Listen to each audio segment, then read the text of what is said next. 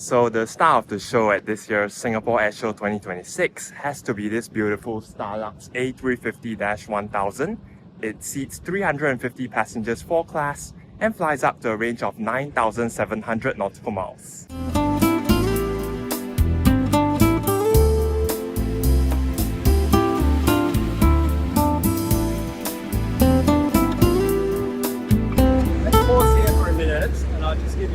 We'll pause here for a second, Danny. So, two things. We're in the shade, so I'll take a minute. A350-1000, same fuselage but 7 meters longer than the 900, and new engines, the 97K Rolls-Royce engine. This is excellent engine and very fuel efficient. Been flying for almost 4 million flight hours. So this aircraft is proven in service, even though it's only a couple of years old, only about 6 or 7 years old. If you have any questions about the engine, we have our friend from Rolls-Royce. This is the media, so only say nice things about Rolls-Royce. And we can come back later if you want. The map is from Rolls-Royce. We'll go on. Correct. Yes. And I think recently Rolls-Royce did quite a lot of upgrades to the engine to improve the performance in the hot climate. Absolutely. Do you mind walking through some of the improvements? Yeah, I can do. So first of all, the engine as it stands is a rock solid engine. So we entered into service in 2018. So we've got accumulated nearly 4 million engine flying hours. So we know and understand the product really well. The engine from its early days could achieve easily 3 to 4 years time on wing. But we did find ourselves not quite where we wanted to be in a harsh environment. So you're absolutely right. We've got a phased improvement package being delivered. First 2 phases are already done. Final phase is going through final testing and validation and will come into service in 2028. So that will move the on-wing performance of the engine to around 4 to 6 years for the majority of customers. For customers in the harshest environments, we'll be looking at between 3 to 4 years. Okay. So getting us really to a leading position in terms of next generation engine capability. And as I said, we've got so much experience of this engine behind us. We know and understand it so well, how well it operates. And the key thing throughout it all has been the phenomenal day-to-day reliability of the engine. It's one of the most reliable engines that operates today. And that really enables the aircraft, the A350-1000, to perform as well as it does in service. Does the engine have any growth potential in terms of the thrust? Because potentially for higher growth weight or longer A350, potentially more thrust is needed, say 102,000 pounds? Not necessarily, not necessarily. So I think people immediately jump to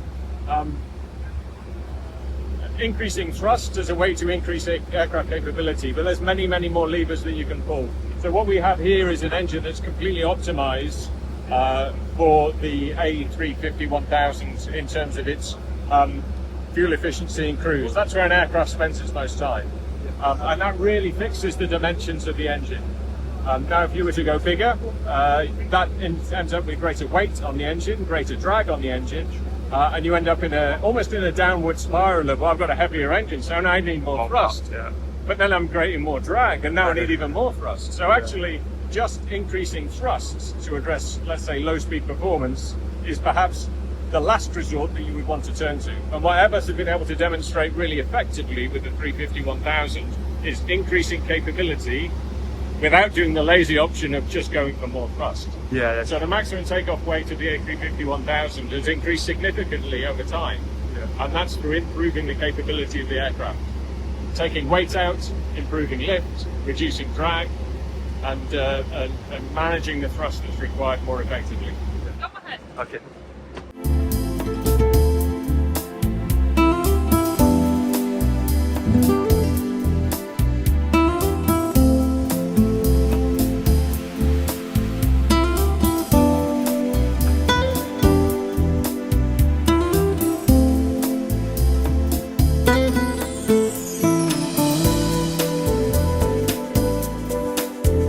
First class, it's a row of 4 seats. They are Collins seats. As you can see, it's privacy with a nice pinkish metallic finish, which is over there. Business class is comfortable as well. It's a 4 abreast seating configuration. And it's such comfortable that with this kind of configuration, you can live without any center overhead bins. You only have overhead bins on the right, on the left. And look at this. They are quite large. Actually, they are the only bins on the market when you can load 5 roller bags side by side. And when you have such a space, you don't need something over there. And that's what creates this feel of volume and space in the 350. The walls, they are almost vertical. There is space everywhere. And when you combine that with the specific wood lighting which has been selected by Starlux, it creates a sense of ease. And that's what we want for the passengers. Finally, there are 8 temperature zones that the cabin crews can control in this aircraft, so they can really customize the temperature per area. It's extremely silent. You know, the 350 has been invented to replace the 777s. And this cabin is 6 dBs quieter than what you can find on 777. So you have volume, you have space, you have humidity, you have low cabin altitude, 6,000 feet only. Well, the passengers can only feel at the best of their shape when they are flying from Taipei to New York JFK. So 44 seats between door 1 and door 2, which is in the end a kind of classic arrangement on the 1000. Compared to the 900, the door 1, door 2 cabin is 4.5 meters longer, and then 2.5 meters longer after the door 3. So we really wanted to maximize the space for the big revenue area, which is the first and business class area. And business and first passengers, they are isolated in this kind of cocoon with customized welcome panels. And we can customize those panels, whatever the airline, the way they want, to give a feel of the brand. At door 2, you can also recognize what Starlux has selected as the welcome area. Here again, everything is done on the grounding, basically. The passengers, when they board the aircraft, usually they arrive. Hello. If you fly in first or in business, you go to the left. If, like me, you fly economy, you go to the right. And then premium economy.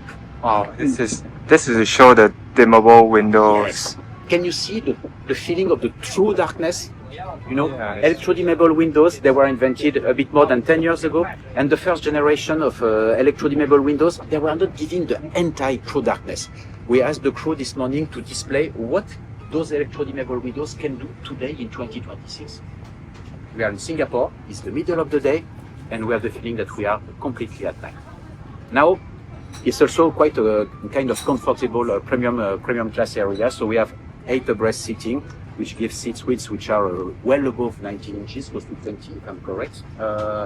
Here we have a very comfortable pitch of 40 inch, and then you can see 15.6 inch wide screens. The IFE provider is Safran, and all those seats for Premium Eco and Economy are Recaro. Here you have the PL 3500.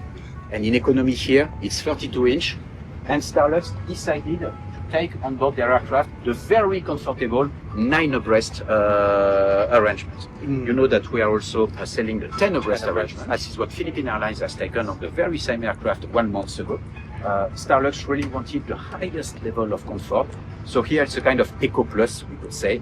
Each seat is 18.5 inch wide, and you add to that a 32 inch pitch, and you have something which is very, very comfortable.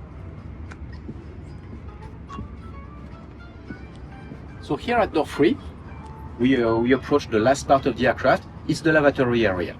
Here you have lavatories which are 13 inch wide, which are extremely efficient. We wanted a size of lavatories which could enable to maximize the number of seats. And then at the center, right behind you, we have 2 lavatories side by side, which we can transform into PRM lavatories. We just have to open this door, which is in the middle, and you double the size of it. And if the passenger wants to enter with the wheelchair, we can also open a bit more these things.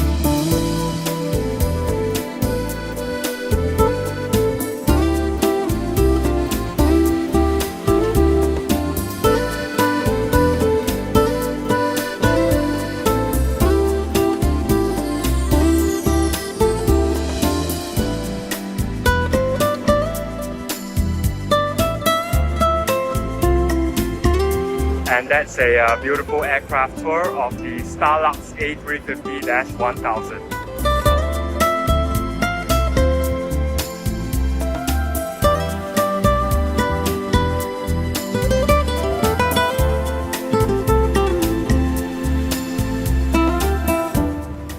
Thanks for watching, and till we meet next time, one team, one aviation, one sky ahead.